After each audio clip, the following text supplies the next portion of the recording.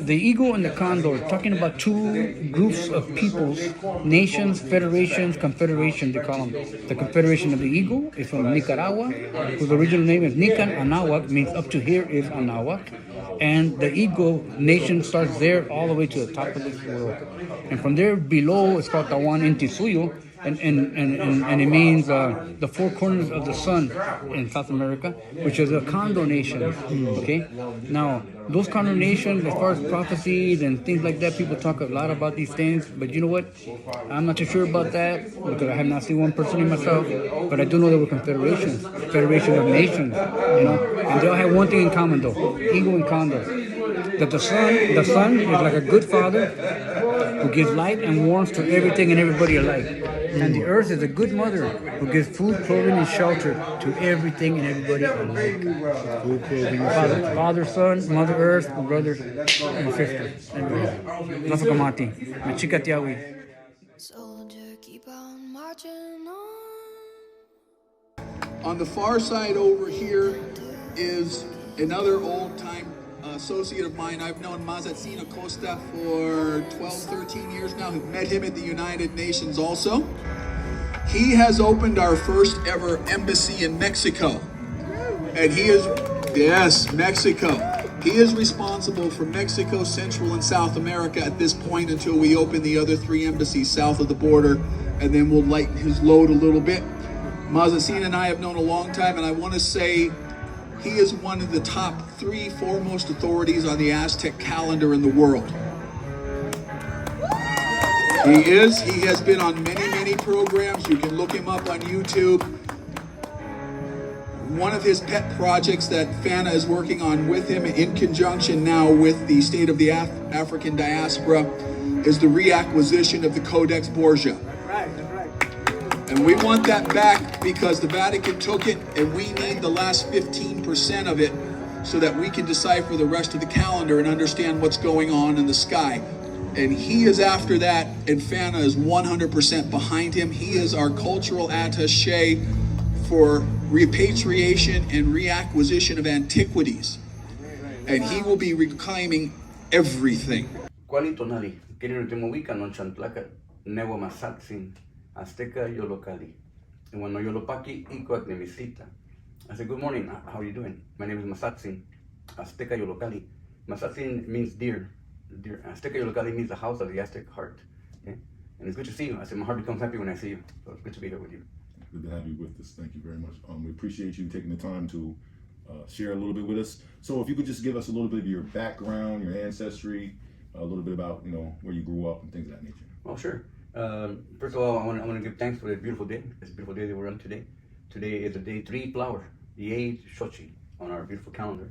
I call it precise and precioso y preciso, precise and precious calendar we have. So I want to give thanks for this day. Of course, give thanks to the sun who gives us light and warmth like a good father. Right? I want to give thanks to the earth like a good mother gives us food, clothing, and shelter, always taking care of us. So and everything in between is it's a pleasure and an honor to be here with you, to be here in the beautiful place of Rhode Island, Providence, for the very special occasion of FANA, right? The Federation of Aboriginal Nations of the Americas. I'm honored to be invited. Okay, and my name is Guadalupe Casas Acosta. That's my given name. My cosmic identity and my traditional name is Mazatzin, and it means venerable deer or respectable deer. I also was honored with a name by the Anishinaabe, and it's called Ogishida Nudin, and it means a guardian wind or warrior wind, they call it, but we call it guardian wind. Okay, and I was born on the road when my parents were coming from Florida to Texas.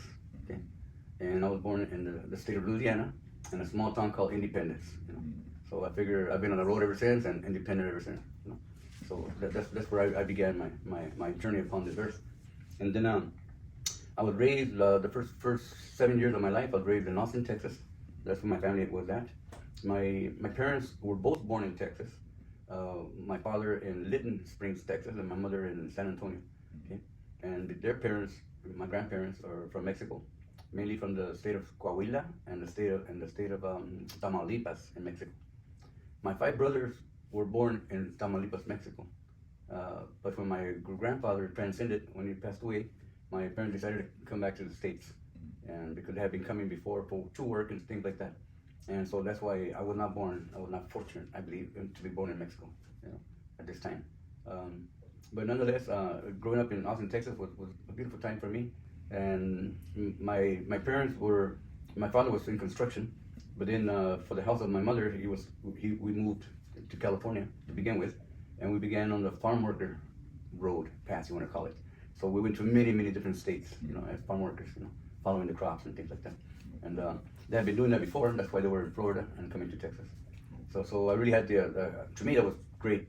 I had the honor and the pleasure to be growing up in many different states. So and I was always a new kid in town or a new kid in school, but it was fine with me because it gave me an opportunity to just come in and be myself, and without worrying about what the problems were with the people who were there. They had their own problems and situations.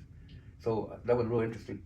But when I was approximately about maybe 6 or 7 years old, we went to visit our family in Tamaulipas, in Valle Hermoso. That's where my parents lived before I was born, and that's where our grandparents had passed. So we went there. My grandmother was born in the state of Coahuila, and both my grandmother and my grandfather on my father's side. But she was born in a place called Nacimiento, which means birthplace. But it's the birthplace of the Kickapoo in Mexico. As we know, the Kickapoo is a confederation nation that was from the north and from the Great Lakes. But after the invasion, right, and all the conflict that happened to our peoples back then, they were moved or tried to be almost exterminated, but they were moved, and eventually they came all the way down to Texas, Oklahoma. And there was a group of them that decided that they wanted to be in Mexico instead of the USA after the war of 1848. And so they established the place called Nacimiento, the birthplace of Kickapoo. So it's called the Mexican Kickapoo. So on my mother's side, the knowledge that we have of our ancestry is called Chichimeca. And so Chichimeca and Kickapoo, that's my ascendancy, where I came from. But I realized that there was so much union between the original indigenous peoples, and so I see them as confederations of nations, because it wasn't just one person or one group, There were Kickapoo, there were Chickasaw, there were many different ones, and the Yaquis, the Apache and stuff like this. They all have their traditional names. A lot of these names were given to us by the invasion, but nonetheless, so like I said, when I was about 6 or 7 years old, we went to go visit my uncle in Tamaulipas, Valle Hermoso. And at that time, I had an elder cousin about the age of my father. They were buddies, But my cousin gave me a box of books, when I was a little kid. And he said, "Primo, this is for you." I didn't understand a lot about it. I kind of didn't like it because I had to carry it in my laps all the way back home to Austin. But nonetheless, these books are called México a través de los siglos. So it was from the pre-contact and to the revolution of Mexico, the history. Okay, and there were 5 volumes, and the first volume was pre-Hispanic. So it contained all the official history of Mexico. I call it the official history now because now we know that there's a little variant, at least we call it like that. But everything that was taught about Mexico, all the history, that to this very day is still being taught from that volume of books here. So I realized that there was a lot of information. I liked that first book because the first one was, like I said, pre-Hispanic. But I do recall that when my mother would read that book to me, she'd be reading, and then all of a sudden she says, "Oh no," I'm like, "Oh my goodness, it can't be," and she'd close the book and throw it away.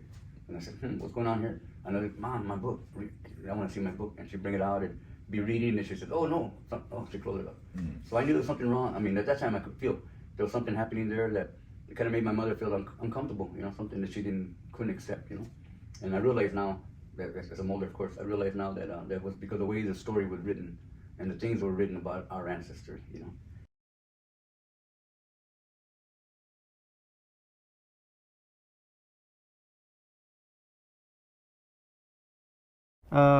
Let me show you this little calendar we've been working on here.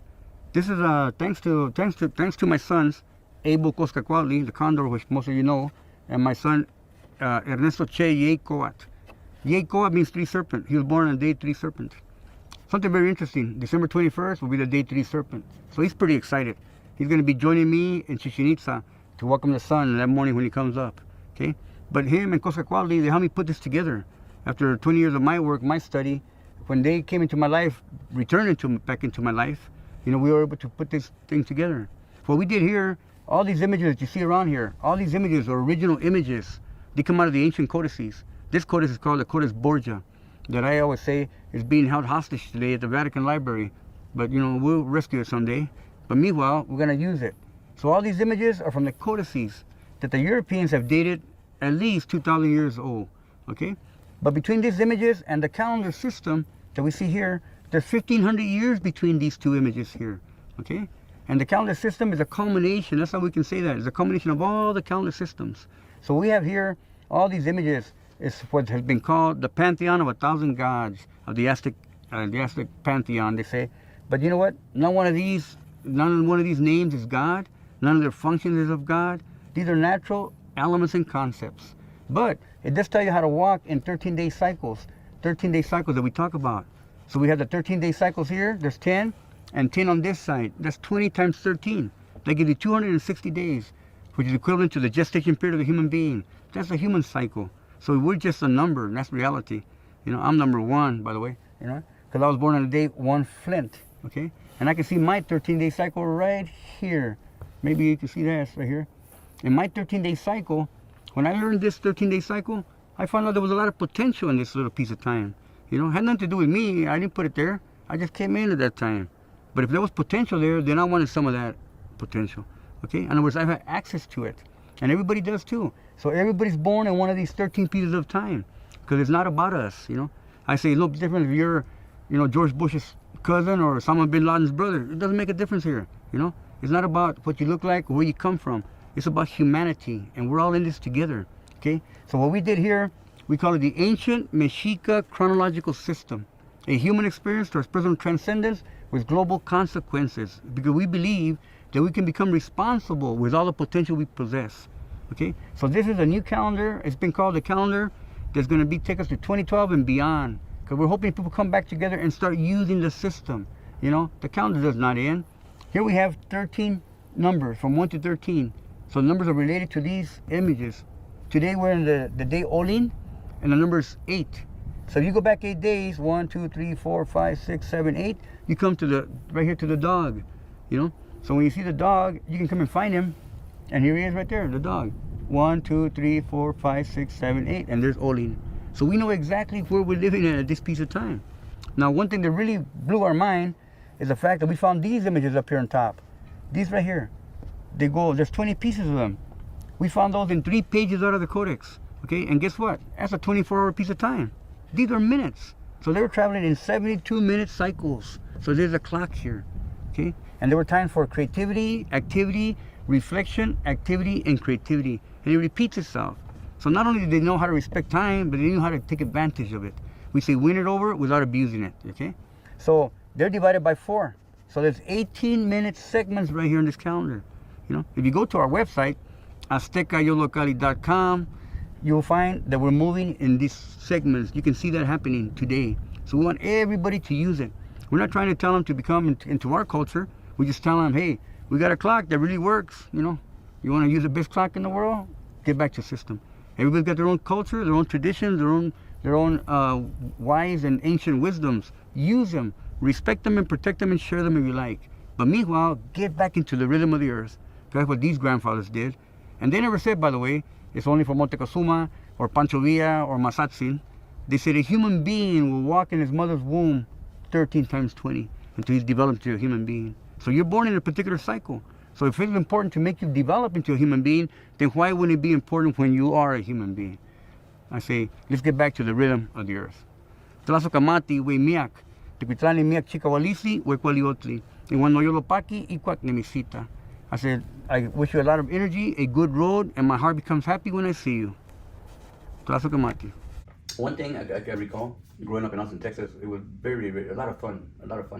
At the time, I was the youngest of 5 brothers, you know, and so all my brothers were, you know, they spoke Spanish because they were born in Mexico.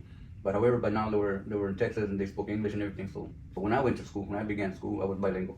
I spoke Spanish and English, you know, and so my first couple of years it was Austin, Texas. I remember still Zavala Elementary School, and but I had an experience here that I would like to share too. I had one teacher, her name was Reinhardt. I never forget her name. I liked her very much, and I liked the class and everything. But one time, a new student came in. Okay, a new student came into her class, and he didn't speak any English at all. Okay, And I remember the teacher was writing on the wall, on the chalkboard. And then my friend asked me, my little friend, we're sitting in the back of the room, and he asked me actually, how do I ask her that I need to go to the bathroom? You know? And so I was talking to him, I was telling him, well, this is how you do it. You say, I need to go to the bathroom. But he asked me in Spanish, right? So when that happened, and the teacher heard that, heard us speaking in Spanish, right? And like she got upset. Excuse me. She dropped the chalk almost on the ground, and she went to her desk, and she got a ruler, and then she came between all the rows asking, who said that? Who said that? Who said that? And all the kids were scared. And I was way in the back sitting with my friend, and she finally came up to us, and she said, who said that? And I said, I said that. And she didn't hit me with a ruler, but she did slap me. Boom. It knocked me off my chair. And my poor little buddy here, he wears pants from the fight. But the teacher tells me, don't ever speak Spanish again, or you'll be stupid all your life. And when she told me that, I just kind of freaked out. So that afternoon, when I come home, usually when I would come home, I'd come home, feeling pretty good. To tell my mom about my experience in school that day. And I would come home and it was one of my chores was to sweep the back porch and stuff. So I'd be sweeping the back porch. I could hear my mother singing inside. I knew when she was singing. I knew she was making tortillas. Okay. And pretty soon she come out with a little bowl of beans and the tortillas. And from my work that day, she would give my little bowl of beans.